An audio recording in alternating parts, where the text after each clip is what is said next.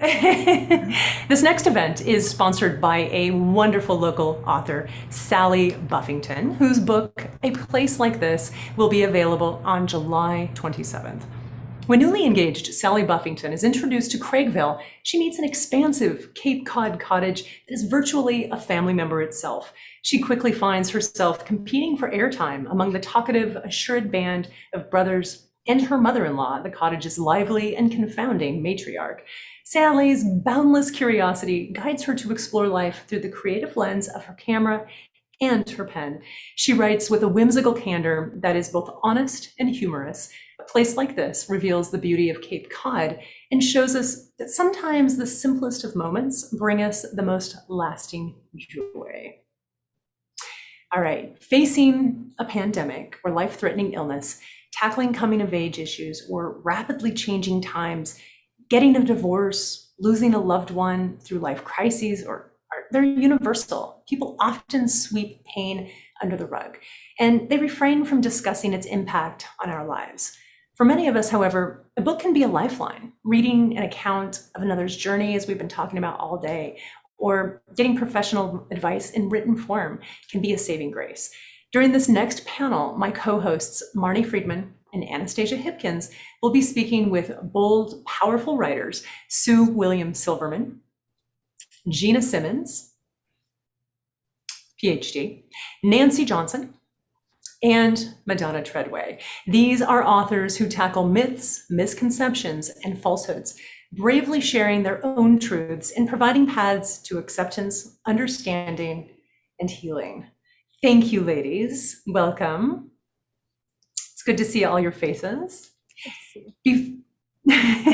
Before I turn it over to all of you, I'm just going to read Marni's bio and Anastasia's bio, and then I'll step out.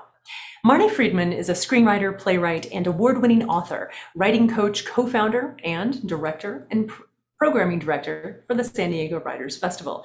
Marni leads the Memoir Certificate Program for San Diego Writers, Inc., produces the San Diego Memoir Writers Association's theatrical Memoir Showcase, and is an editor of Shaking the Tree, short, brazen memoir. You can find Marni at marnifreedman.com, a writing hub to help writers find their authentic voice. Anastasia Zadag is an author. Do you want me to say your whole name or just your partial name? I got married in the 80s and I did that like hyphenating thing, which was just a really bad idea. But it's officially a Zadag Hipkins. Yeah. Thank you. I'm like, something's missing here. Anastasia Zadag Hipkins is an author, editor, and narrative nonfiction storyteller. Her work has appeared in the San Diego Du Cameron Project, Literary Vine Review, and multiple volumes of Shaking the Tree. In addition to serving as director of operations for the San Diego Writers Festival, she is a frequent performer, writing coach, producer, and board member for So Say We All, a literary nonprofit dedicated to helping people tell their stories and tell them better. Her first novel, Blurred Fates, will be released in June 2022, and I am looking forward to that day. It's a great book. It's a really good book. Yeah, that's going to be really fun to promote. Thank you so much, Jennifer. And we're so delighted to welcome this strong, intense, powerful group of panelists who are here to discuss how nonfiction books can help us through life struggles and through life crises. We're going to introduce you to each one of the authors, and then we're going to get to the panel discussion. Dr. Gina Simmons Schneider is a licensed psychotherapist, certified coach, corporate trainer, and co-director of Schneider Consulting and Corporate Solutions. She has more than 25 years experience helping individuals, couples, and organizations manage difficult emotions and conflicts. Her book, Frazzlebrain, Break Free from Anxiety, Anger, and Stress Using Advanced Discoveries in Neuropsychology, will be published by Central Recovery Press and launches in February 2022. William Silverman. I read this book so super fast and then went back and started circling passages. William Silverman is a multi-award-winning author of How to Survive Death and Other Inconveniences. Also, Lovesick, One Woman's Journey Through Sexual Addiction, Because I Remember Terror, Father, I Remember You, The Pat Boone Fan Club, My Life as a White Anglo-Saxon Jew, and Fearless Confessions, A Writer's Guide to Memoir. She teaches at Vermont College of Fine Arts. Nancy Mae Johnson is an author, mentor, educator, and advocate with more than 20 years' experience listening, learning, and guiding teens through their life stories. Johnson graduated summa cum laude from SDSU with a BS in English Literature and an MA in secondary education. She taught English within a Visual and Performing Arts Academy until her retirement in 2014. Today, she advocates for teens in her role as Director of Teen Programming for the San Diego Writers Festival. She mentors teens in local high schools as they write their stories for Kids Write San Diego and shares weekly with ALA Teens in Recovery. The amazing Miss Madonna Treadway, an Eric Hoffer Award winner. She's an award-winning author, mentor, and speaker. Her first book, 6 Healing Questions, A Gentle Path to Healing Childhood Loss of a Parent, walks readers through the gentle healing steps, current research, and her own powerful story of losing her own parents at the age of 8. Her new book, due out in late 2021, called Grief Hack, A Creative Process for Coping with Everyday Loss, walks readers through a creative process that can transform the pain of grief and loss into life-altering realizations. Madonna's lifelong quest investigating the meaning of grief and loss has inspired her dedication to changing the narrative around grief and loss from one of avoidance to embracing and sharing, and ultimately transformation. Welcome, everybody. Yes, welcome. We're excited for this panel because, you know, talking to a lot of people out there, this has not been the easiest couple of years. And many people have shared with us that the books, sometimes particularly your books, have helped them get through.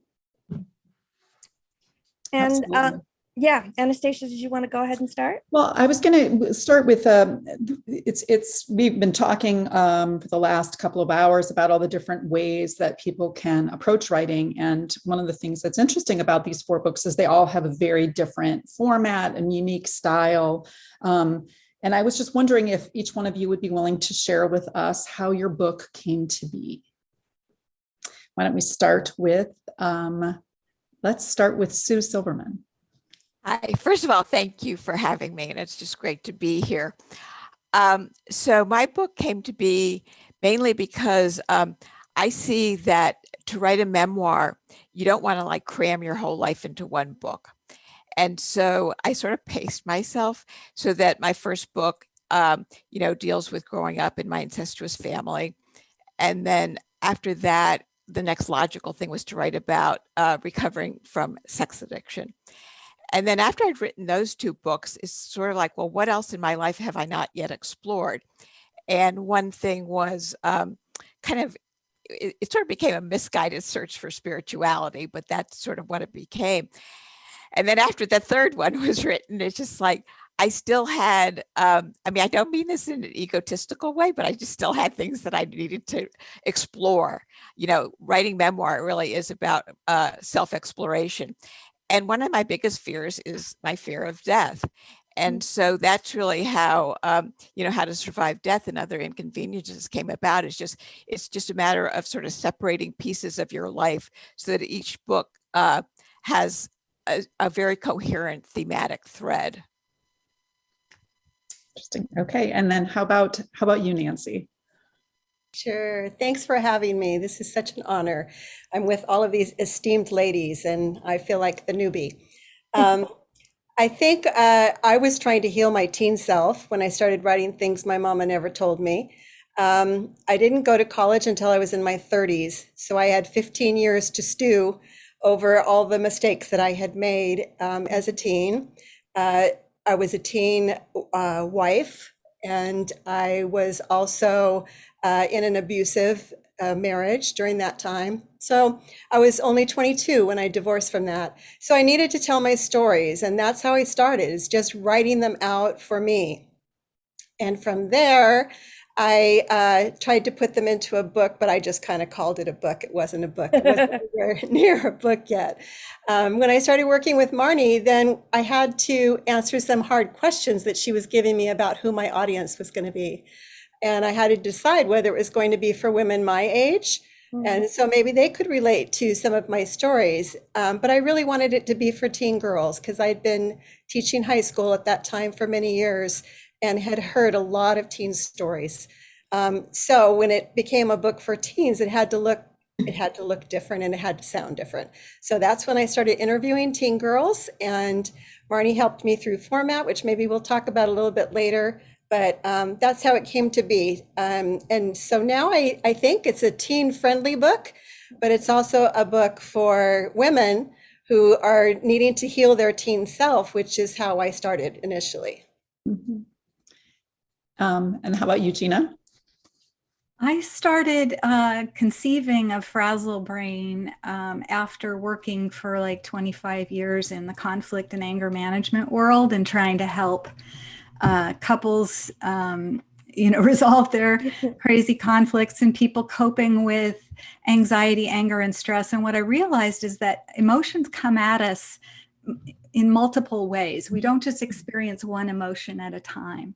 And sometimes when we get overwhelmed, we do have this kind of mixture of anger, anxiety, and stress.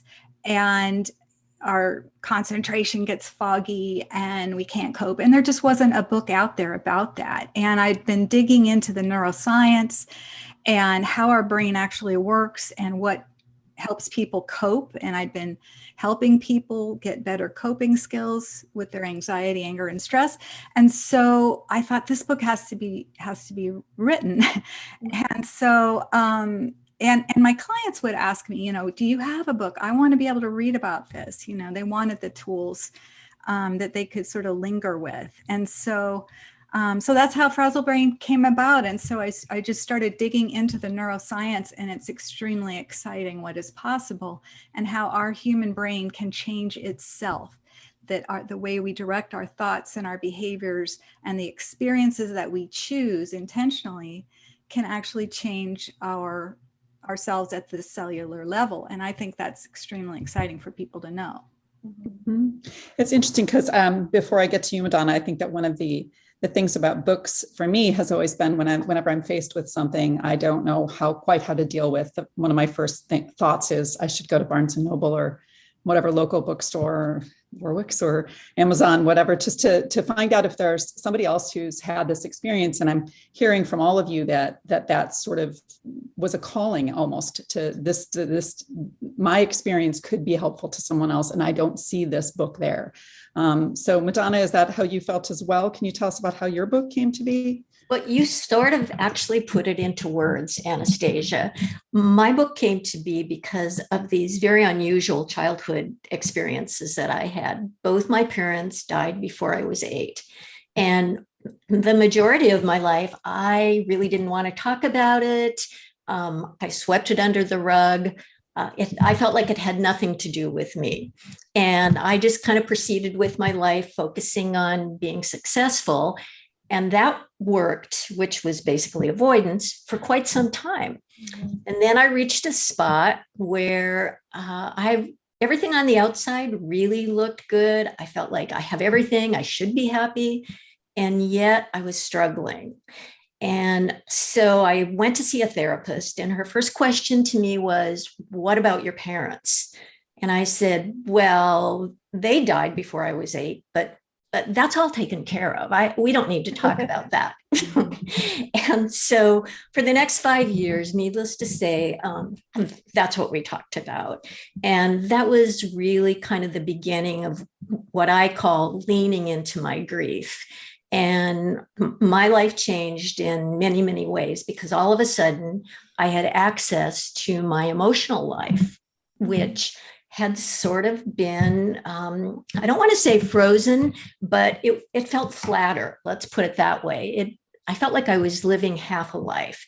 And so at that point, I wasn't really thinking about writing a book, but my experiences kept nudging me. And there's really nothing written for people who have lost both parents.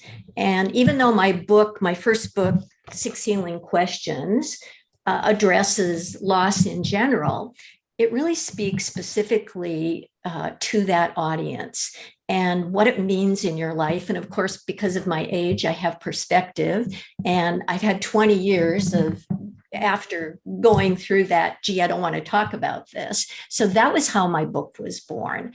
And really, it was a calling, because I really never thought I would write a book about it. But what really inspired me was, before I wanted to tell my own story and write and do the research, I started interviewing people. And what I learned was that I interviewed people in my demographic, people who had lost both parents before the age of 20, either by death or physical absence. And what I found out was, number one, they really wanted to tell their story. And the other thing was that they felt so happy to meet somebody that also had this really terrible experience. So it was like, they're not alone. And I think my first book is really a reach out to people that do feel like they're alone, because these are experiences we typically don't want to talk about. It's not like a conversation starter. It's a conversation stopper. Mm-hmm. So that's the answer to your question. Well, one of the reasons we wanted to get this particular panel together was because each one of these wonderful authors approached their life crisis, grief and loss, struggle in such a different way. Mm-hmm. And, for example, with Dr. Simmons with the neuroscience, and Madonna with the creativity, which she's going to talk about more a little bit later.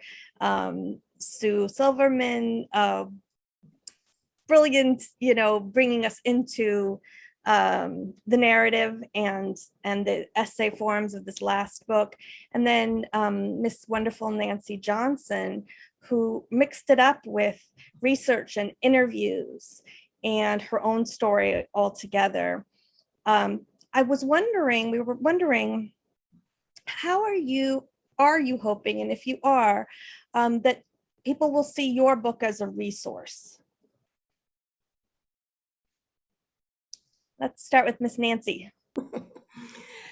Yes, I'm hoping that they will see my book as a resource. I guess the first way that comes to my mind is that I would like to get this book into the hands of every teen girl who wants it or needs it, or maybe doesn't know that she needs it yet, because I didn't have it. There was my mother was not someone who shared anything. I come from the Midwestern philosophy that everything is fine and talk about anything that maybe isn't. So if I would have tried to talk to her about any of these issues in the book, and there are about 24 different categories, she would have turned red probably and just been so embarrassed.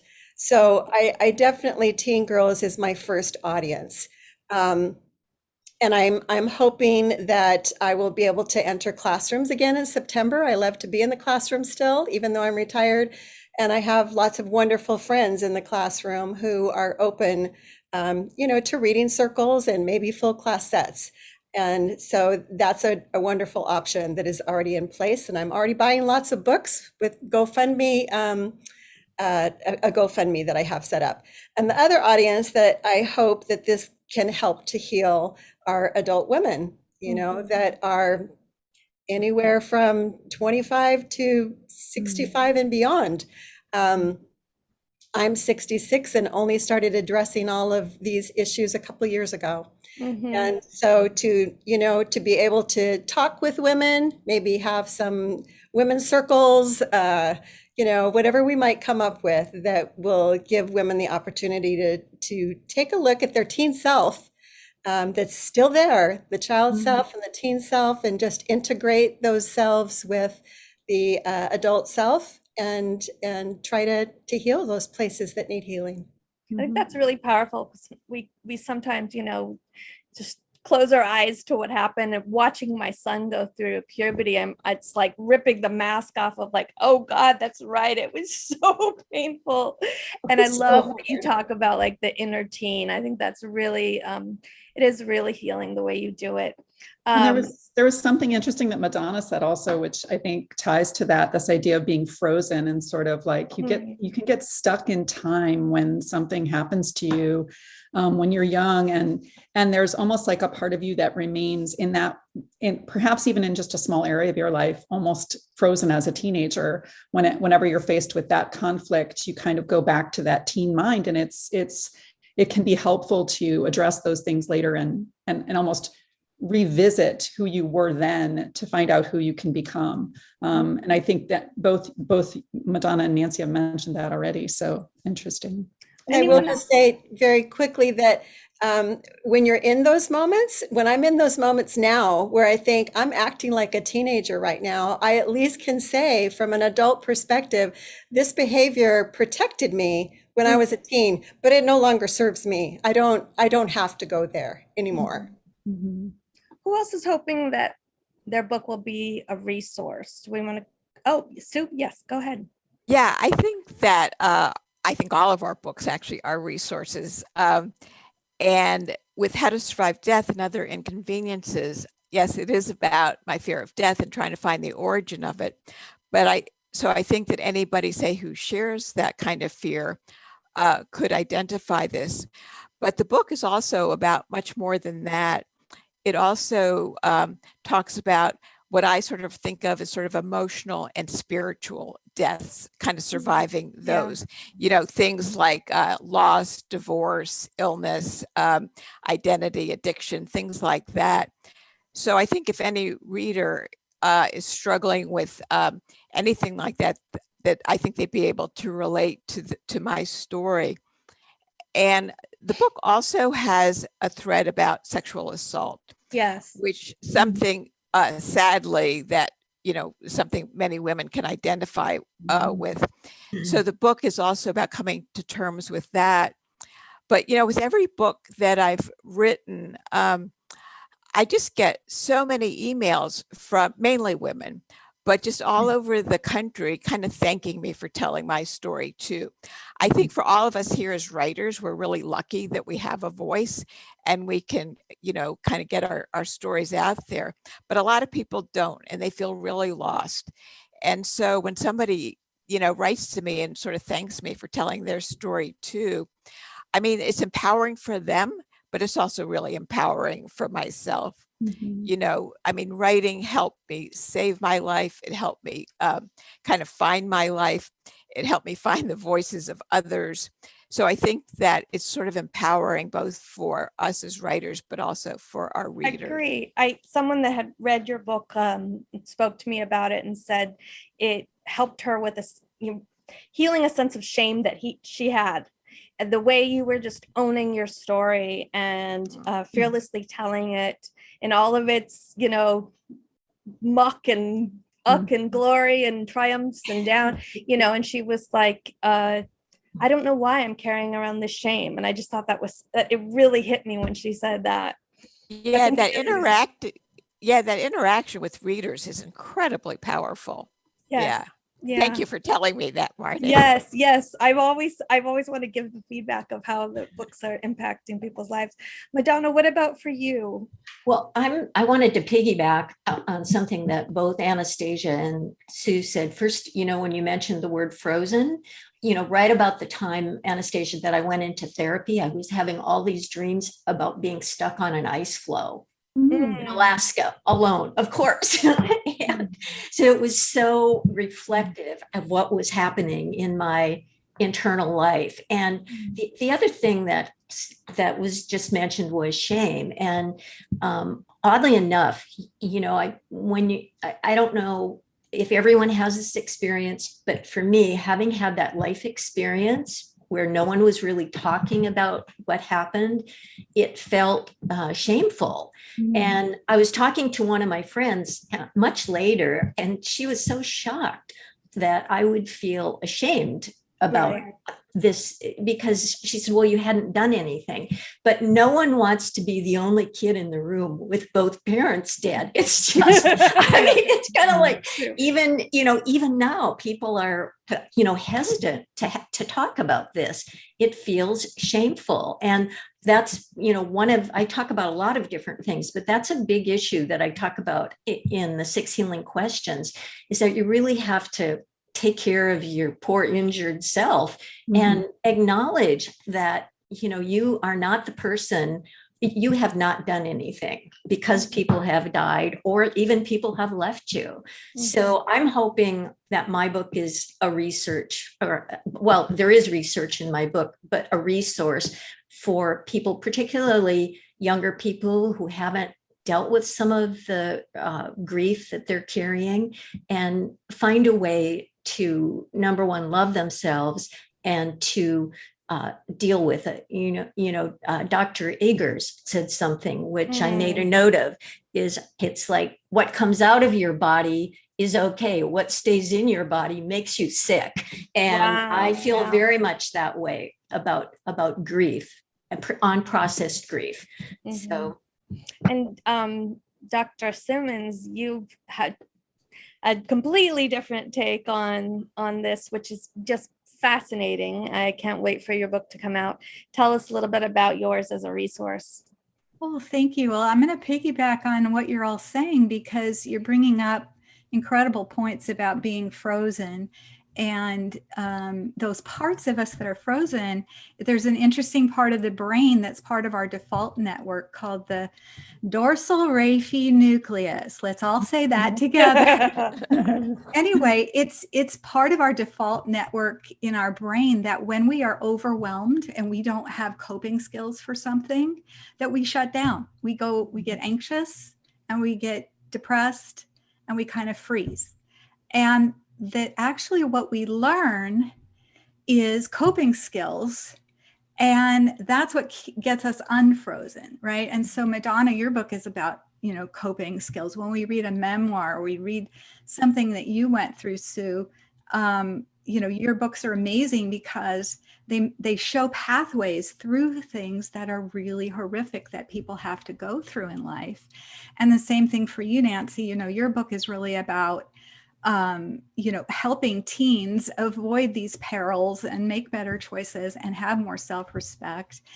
And, these are life-changing things. And like when you said, Anastasia, you go to a bookstore when you're looking for something, and just that act of choosing a book and is an act of hope, and hopefulness activates our prefrontal cortex, which is our coping skills. It's also an act of empowerment, and it's also something that changes our brain chemistry and gives us a way to get unfrozen. So every time we get a book and we open it and we look, we are opening ourselves up to new skills and new pathways. So my goal with Frazzlebrain is to help people to see the specific tools they can use so that if they are anxious, if they're feeling overwhelmed, if they're going through something they don't know how to cope with, here's how you can cope. And I know it works, and I've helped people use them. And I just had an experience too, where I was I broke my foot in this hiking accident on Father's Day weekend, just last month. And so I'm 2 miles up this mountain and I break my foot, slide into a hole, and my husband and family, they call the emergency, and this guy comes out of a helicopter and comes up the hill and puts this harness on me, and I'm like, one part of my brain is going, no, I'm not Tom Cruise, I am not going up on it. No, don't do this. That's very dangerous. And the other part is going, you have coping skills for this. Do deep diaphragmatic breathing from your nose. Accept the situation. Your day has changed. Yes, your foot hurts, but you are being rescued. Have gratitude. Have gratitude for your rescuers. So I have this gratitude for Tim. And as we're going up into the helicopter, I'm looking out at the vista and I'm going, this is the best view ever. and as each part of my little thing happened, I was practicing the tools in the book, you know, having compassion for myself and gratitude for the people that rescued me and my family for being there for me and all that. So that's what I'm hoping people can get from this is like, oh, I can do this. And if I'm thinking that way, I'm exercising hope. I'm exercising the part of my brain that unfreezes me and, you know, and then helps me recover, helps me survive. The book is filled with things that she calls frazzle hacks. And they're, you know, just these little bits of, you know, how to defrazzle yourself that I've tried and found incredibly useful. It's also, it's interesting because I think so many people, when you hear neurotransmitters or anything to do with neuropsych, it can kind of, people can kind of go, oh, too much. But what's nice, I've heard, because the book is yet to come out, but I have heard excerpts, and what's great is that it's really approachable. It's broken down in such a way, and the research is presented in a kind of conversational tone so that you don't feel overwhelmed by it from a science standpoint. So I really love that about that book too. So. Well, thank you, Anastasia. Appreciate it. I wanted to take the conversation into a little bit about craft. I know there are a lot of people out there that are thinking about writing a book, a nonfiction book possibly, and wanted to hear, since you all have such different approaches to your material, does anyone want to speak about their process or the craft of writing? Yeah, I will. She's going to save me here. Yeah, right. So when you're writing, you know, my book is literary creative nonfiction. And I think that— Can you define that? Because I know people get confused, you know, what's memoir, what's personal essay, can you give a little definition? Sure.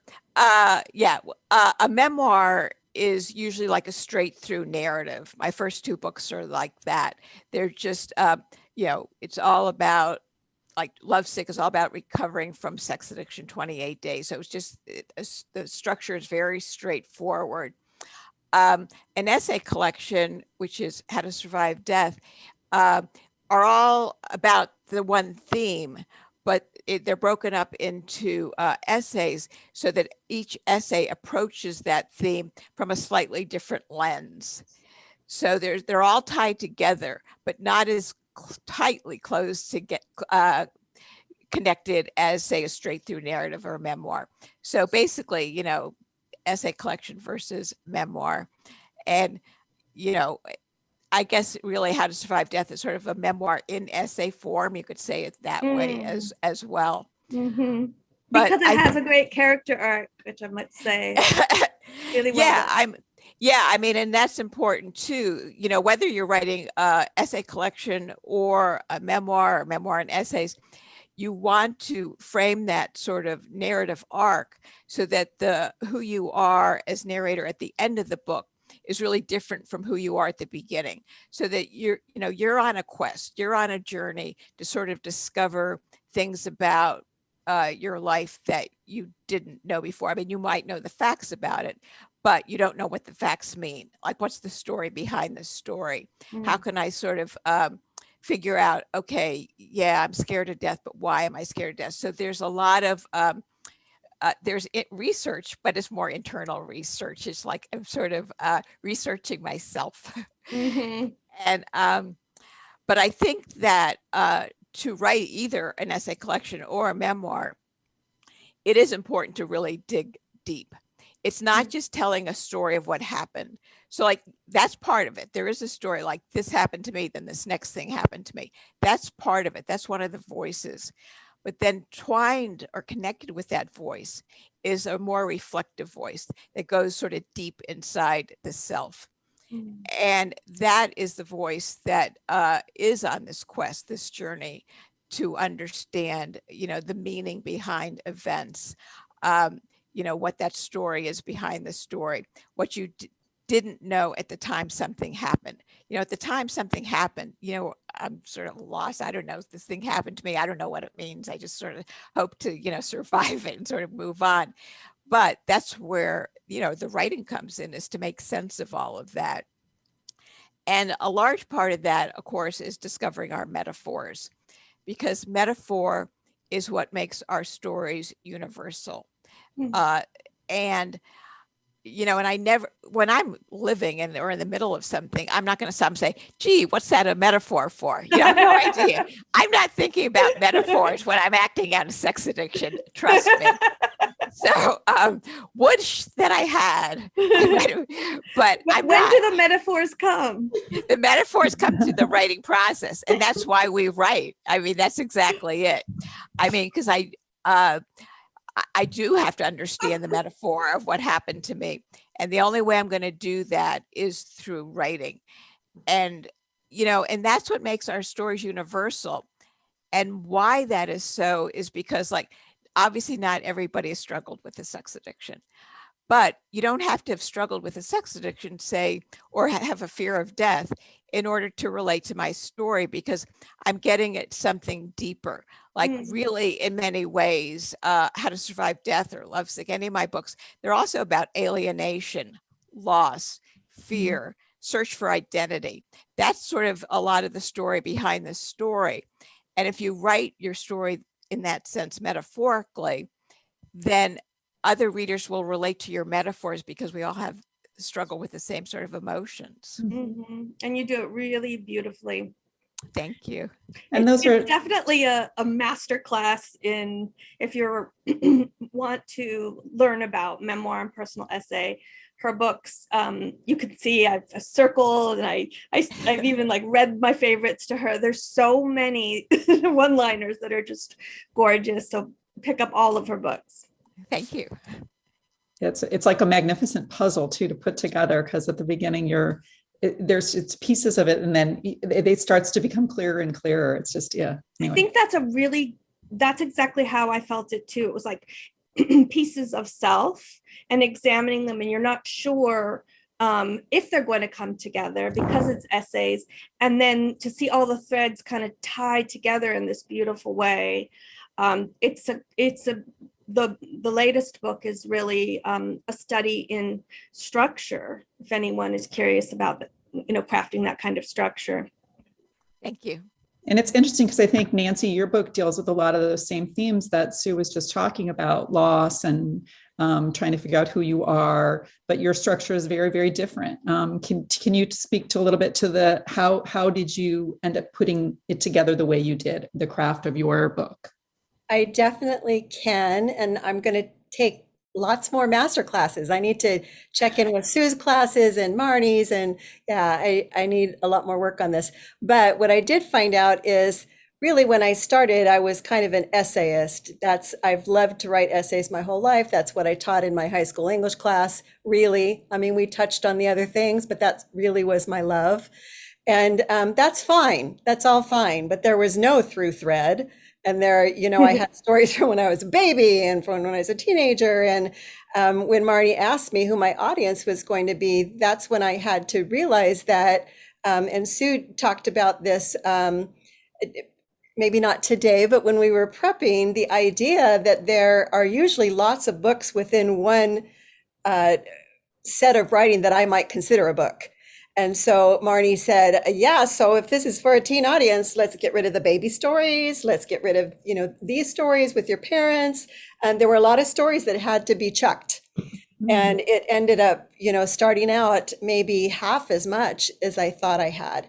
And, that's where the Permission to Roar book comes. I'll just throw that out there by Marni, because it talks all about format. And so with Marni's help, I had to take a look at what is it that I want a teen girl to see. And teen girls are used to the internet and Instagram and all of their social media. And those are little snippets of information. They aren't huge old essays by a 65-year-old woman. So it ended up being that there would be my story, and I had to cut it way down because I thought my story was so interesting, but teens would be like, really, this doesn't even happen anymore. So I had to make those very short. And then I had my teen interviews. So my story, your story, and those were often more detailed and longer than mine and more relevant, obviously, to today's teens. And then there is a research section in every chapter, but it's in table format mostly, so that, girls. Visually fun. Yeah, visually fun. They can take a quick look if they want to. They can skip it if they want to. And then there's some journal entries if they decide that they want to look at some issues a little deeper and write about them. And then some takeaways so that they can just go down a bulleted list and this is what this chapter is about. So I think now it's more of a reference book too. If maybe when the teen is a young teen or a tween, maybe mom will see that there is a problem with body image or with bullying. And so they can just go together and look at those issues in that chapter and read things out loud and maybe do some journal writing. But then later on, if mom or dad or a teen is starting to think about a romantic relationship, maybe they're going to look at, do I even have to have a relationship? Is that a good choice for me right now? Do I have to choose a relationship? What is intimacy? What about birth control? What about STDs? So I think very practical. I think that's what you're getting at. Yeah. Yeah. So it turned into more of a resource. And I really appreciated that because in the beginning it was one of Anne Lamott's shitty first drafts. That's what it was. A lot of beautiful writing in there. I wanted to ask Madonna about your latest book. We talked about your first book, but the book that's coming out, Grief Hack. Do you want to talk a little bit about that and tell us what a grief hack is? And I will. But I've also wanted to, I didn't say how happy I was to be here. Thank you. Anyway, Grief Hack ask this. I wanted to also write a book that was lighter because the other book, it's not like you're going to curl up with a glass of wine at the fireplace and read a book on grief. You read it when you need it. But Grief Hack is more lighthearted. Grief Hack asks readers to lean into their grief, and it starts with an easy question. What does your grief look like? You can imagine your grief as a person, a mythical being, an animal, something from nature, or even an inanimate object. And if you do this, you get to have the experience, and it's sort of fun. I do it all the time with grief and other things, of having your grief outside your body. You can commune with it. You can learn about your grief in a new way. It's playful to be in touch with something we typically want to avoid and think of as scary. And you'll interact with this image a little bit differently. And the strategy will take you out of fear and avoidance and into curiosity, which is the exciting part. You're externalizing your grief. And just a very short example from my book is George, whose grief showed up as a large fire-breathing dragon. Sort of scary, yet Red, George's name for his dragon, began to be a companion for him as George mourned. And time passed, Red became smaller and had a tail that curled around his rear that reminded George of a pet dog he had as a child. When George felt sad, he would sometimes say or ask, what would Red say? And the image evolved in a way that it became a comfort and a teacher.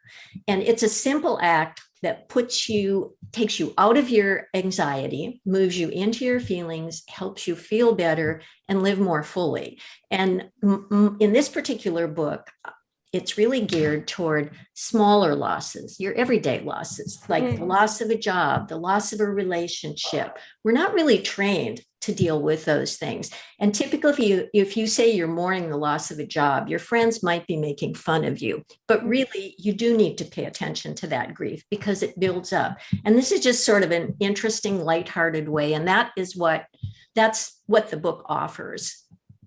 It's beautifully done.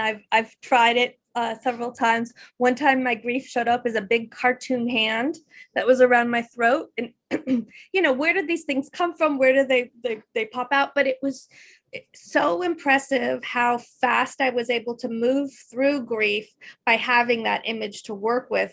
If I had, most of the times we're just sweeping it under the rug, like whatever, I'm fine, suck it up. And this is a fun way to process it. Thank you for writing it. Thanks, Marni. I think that, Gina, your book has some tools like that as well, right? The Frazzle Hacks. Can you explain a little bit more about those? Frazzle Hacks are all these different exercises that you can use, again, to activate that part of your brain that is the free will part of our brain. You know, we don't want to collapse into that helpless animal, you know, deer in a headlights kind of part of our brain, because it just means that we're not coping. So the Frazzle Hacks are meant to provide soothing techniques that are very fast too. A lot of times people come to me with anxiety and stress and they think it's going to take years of therapy and it's going to be like, oh, so hard. And no, it's like you can change how you feel in an instant just by changing that where you're aiming your thoughts and behaviors and what you're choosing, even from, you know, daily choices in the newspaper articles that you read and things like that. You know, what are you paying attention to can change how you feel. So yeah, through Frazzlebrain, we have all these little frazzle hacks. And then I describe why these things work. So, you know, it's coming from a science foundation. It's not just something I made up, you know, to sell a book. It's actually stuff that scientists have researched. And then these are the ways that you can access your own brain power and really break free from anxiety, anger, and stress. I mean, really break free from it. That sounds good to me. Isn't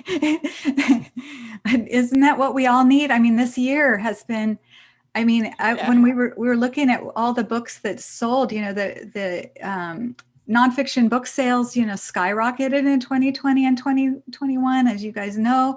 And what were the top books? Mind, Body, and Spirit, spirituality. You know, people are choosing things that are uplifting. They're wanting stories that are taking them out of their life and giving them something new to think about. So I think it's better to choose a book than, you know, chocolate cake or too much wine. But that's what everybody did. Looking at me, they were Gina. drinking too much. No, I was going to say that was right. That's directed right at me. That was dinner last night. But no, it's super interesting because I think, you know, we've been talking a lot about, you know, similar topics, but different approaches to it. And I think that that's one of the things that's great about books and about writing is, you know, what works for one person is going to be different than what works for someone else. And, you know, having options and having, you know, sometimes when I go to the bookstore, I'm overwhelmed because there's so many things, so many ways that you could do something, you know, approach something, and finding the one that works for you is so important. One of the questions that I've been wondering about is, you know, even though all of our situations are unique, we've been talking about these universal themes. And I wondered if you guys have ever, like, what's been a book, a nonfiction book that you've gone to perhaps just once or maybe over and over again. If any of you can like tap into the author or the issue or the name of the book, it would just be curious. I'm just curious. I just totally loved The Hope Circuit by Martin Seligman. And I have my Ph.D. in psychology, and I've been a consumer of self-help and psychology books forever and ever and ever. And he's been my hero in psychology. He did all these studies and learned helplessness, and he's been the leader in pretty much every interesting thing in applied psychology that has happened in the last 50 years. And so his book, The Hope Circuit, is actually a memoir. So it gets into his shameful personal stories, his competitiveness with all of these psychologists.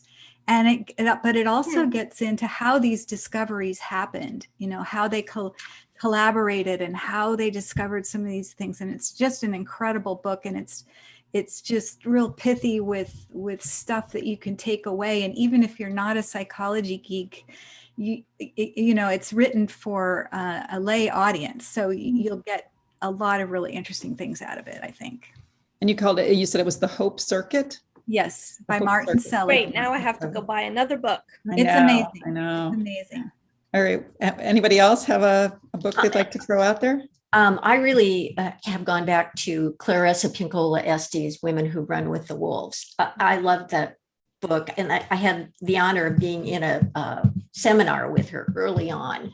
And she was wonderful. And the book gave me a different perspective. It helped me understand myth and life cycles. And it also made me feel part of a tribe. You know, it's like she talks about find your tribe.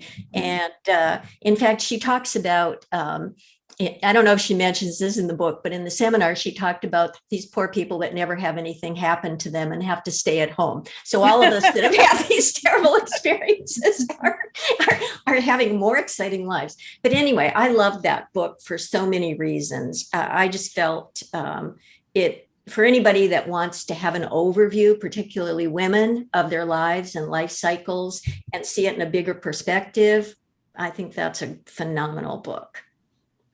One of my favorite contemporary memoirs is, it's a long title, but I Wore the Ocean in the Shape of a Girl. And it's by Kelly Groom. And what's so interesting, because I've read it several times, is that the surface story doesn't really speak to my life at all. The author, the narrator, got pregnant young and she had to give the baby up for adoption. I mean, I've never had a child even, let alone, having to put one up for adoption. But to me, that's sort of the power of memoir, because that's the surface story. But her writing is so poetic, so lyrical, and so metaphoric that I totally related to this narrator, even though we had completely different life experience. But so on that deeper level that I was talking about before, it is about loss and alienation and sort of how do you survive, after going through a really traumatic experience. And, I recommend that book to all of my writing students. And as I say, I myself have read it several times. So I would highly recommend that. Could you repeat the title for us? Yes. I Wore the Ocean in the Shape of a Girl. We will collect all of their recommendations and put it on the website, just so you know. I have a long list from today. I think I already have 15 books written down, so Warwick's will be very happy with me. My two go-tos that I've read over and over and over, and I should have pulled it out just to show you how tattered it looks, but it's almost a cliche now, Bird by Anne Lamott. I read it again and again and again. And then the other one is Big Magic by Elizabeth Gilbert. And I got to see her talk about it in person. And I think that's why there's an extra special connection, because she was just so excited and so spiritual. And the stories in there are inspiring to me because they tell us as writers, she tells me as a writer that I don't have to be any kind of writer. I don't have to have some grand knowledge about the book. I don't have to be intimidated by all these other women on the screen because, we have a lot in common. We're searching for answers and we're trying to put answers together that we can share with other people.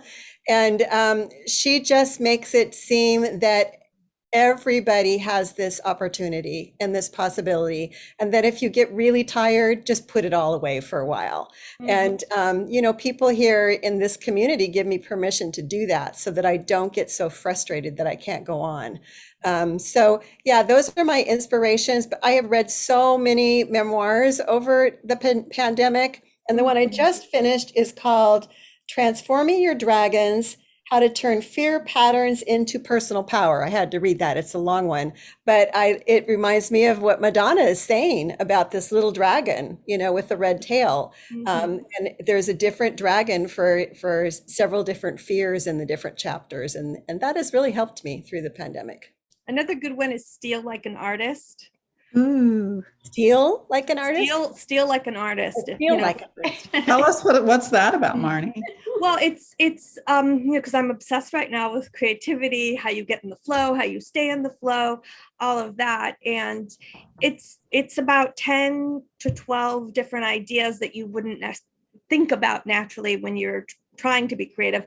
One of them being, be boring. It's okay to be boring. So I love the way he thinks about creativity. We're getting a couple of questions from Facebook. So one of them from Paul for Sue is kind of asking about metaphor. How do you do that? What do you mean? Can you maybe walk us through an example? Sure, I'd be happy to.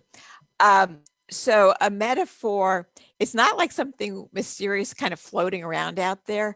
It's really taking an image that's right in our own environment. and crafting it in such a way that it reveals our interior selves. For example, in Lovesick, I write about this affair I had with this older married man, and he wore this maroon scarf all the time. And at one point in our relationship, I took the scarf from him. And so the first like 20 drafts of writing Lovesick, the scarf was just a scarf. That's all it was. But I could tell that the scarf had a lot of energy around it. So at one point, like on the 2000th draft of the book, I realized, oh my goodness, that scarf is a metaphor. And it was a metaphor for, because I was struggling with sex addiction, and probably he was too, this scarf became a metaphor sort of for love, that I could have this scarf, but I couldn't have the man. But it also became a metaphor for sort of comfort. It was this warm maroon scarf, and I was in Boston, it was cold out. And again, the scarf could offer me comfort because the man, he was married, he could not really offer me comfort. It was also a metaphor for sort of alienation, because all I could have was this scarf and I couldn't have this man.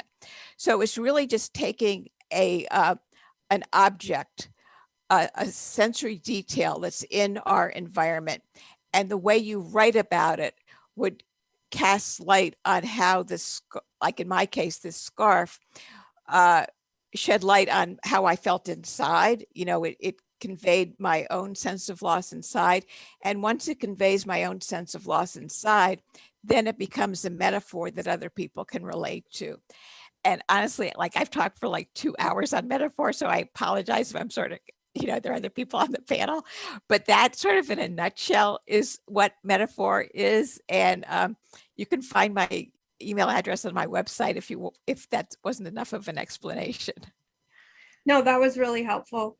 For Nancy, someone is asking about the debut author experience that, you've talked a little bit about, what's that like, the fear of the first time you put yourself out there. Do you want to speak a little bit about that? Sure. It was exciting and terrifying. But it was a great culmination of everything that had happened. I think most of us spend quite a bit of time on these dreams that we're putting together. Mine, I started in 2015, the first year that I retired, and it just came out. So it's a lot of years and a lot of information, and it was scary because my stories from my high school days I had never told anyone. Mm-hmm. So yeah, to have those stories out there and know that people will be reading them was. So how did you do it? That's I think what the question is asking. How did you face those fears head on and still walk yourself through the process? With lots of help, really, lots of reminders that, I'm not the first one that's ever done this, and that women have a voice. And, I worked with Marni for a year and a half, and I had writing groups through San Diego Writers Inc. And, we just support each other in this community, which I think is huge for making this happen. I can't tell you how many texts I got. I'm gonna get emotional on release day, just saying, you got this, keep going, you got it. And lots of tears along the way, not just happy tears like I'm doing right now, but, some really frustrating tears, and lots of people to uplift me. So yeah, some tenacity and persistence and tears. Yeah. Heading up the next day. That's the interesting thing about, the writing process is that, there's I think every time I've done a narrative nonfiction story, my husband can attest to this. The night before, I think I say to him, don't ever let me do this again. This is I'm so nervous and I'm so traumatic. But all it takes is one person afterwards to come up and tell me that it made them feel less alone, and I will do it again. And I think that, the willingness to put ourselves out there as writers, and all of you are doing this, is it's a gift in a way to the community.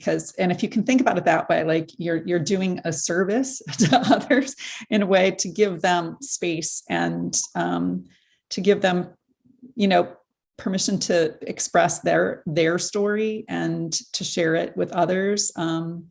And, I've been hearing all throughout the day, I mean, Edie Eager talked about it, and a couple of you today have talked about it, is, when you get the story out, when you let it out, that's when the healing can start. And so I think all of you in your ways are helping people to do that.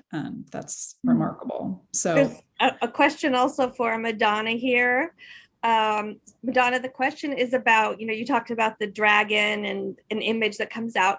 What if the image is scary, and you talked about kind of leaning into grief, but what if it's something that you don't want to go towards? Well, you don't have to. And I give you a couple of tools in the book. You get a magic wand and a curiosity cap. And with the magic wand, you can just stop it.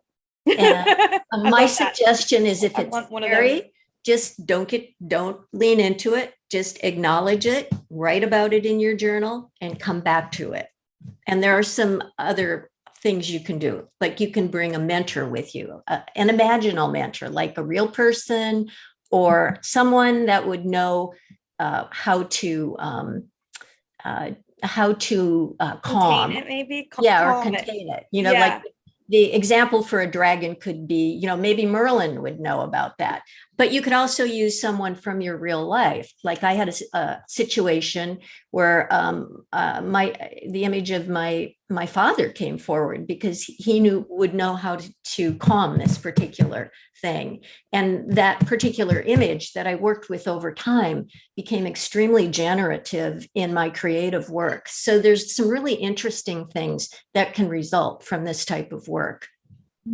Is that yeah, wonderful. Sorry, we're getting in a lot of questions. We have one for Gina, and I think this person is reading my mind, talking about being frazzled, and is it really possible to not be frazzled as everything opens up and things start to, the pace starts to pick up again?